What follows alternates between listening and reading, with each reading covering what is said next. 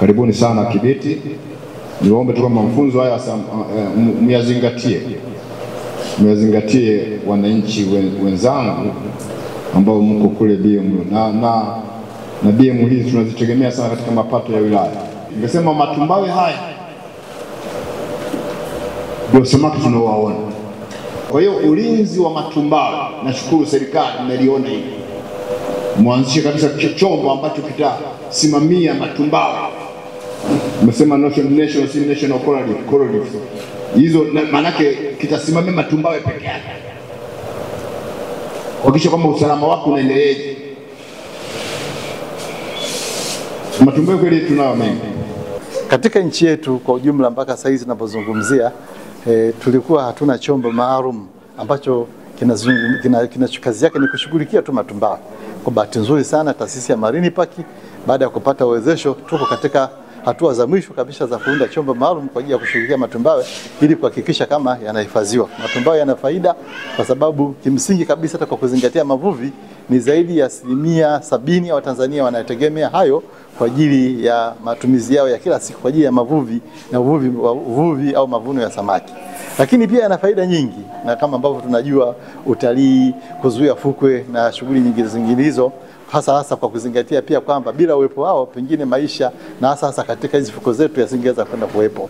Leo tuko hapa Kibiti kuhakikisha kwamba tunakutana na hii jamii, tunaelezana faida, kupeana uelewa na ufahamu ili kuhakikisha kama tunaweza kutunza haya matumbawe.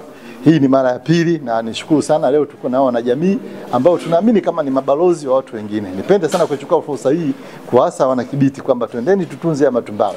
Tukitunza mazingira haya, tukitunza matumbawe haya na sisi atatutunza na hii itakuwa ni faida kwetu sisi leo pamoja na kizazi kijacho. Tumewafundisha BMU zetu namna ya njia bora za kuvua, mitego ambayo inafaa kuvua ambayo ni rafiki kwa mazingira lakini pia na kwa matumbawe.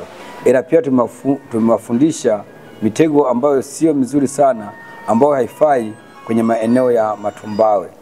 Na halmashauri ya wilaya Kibiti kwa kushirikiana na Marine Park tumeweza kuwafundisha BMU fursa za uchumi wa buluu hasa kwa kuhifadhi matumbawe.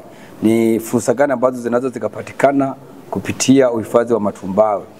Hapa nimekuja katika mafunzo maalum ambayo yameandaliwa kwa ajili ya kujua umuhimu wa matumbawe na jinsi gani ya kuyatunza na kuyahifadhi.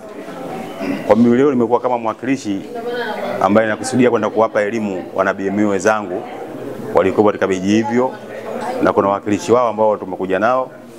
Kwa mafunzo yamependeza sana na yamekuwa mazuri na imani kwa mafunzo haya tunaweza tukafika mbali sana katika swala zima la uhifadhi wa matumbawe pamoja na mazingira ya bahari na pwani. Kwa hiyo nilichojifunza nitakuwa mwakilishi mzuri kwenda kuhamasisha wenzangu jinsi ya kutunza matumbawe, kutunza nyasi bahari na kutunza samaki. Kwa hiyo nitaenda kuhamasisha wanajamii wote walijue hilo. Katika mafunzo ya leo nimejifunza kuhusu mambo ya mazingira, matumbawe na uharibifu, yani na faida ambazo za kutunza mazingira.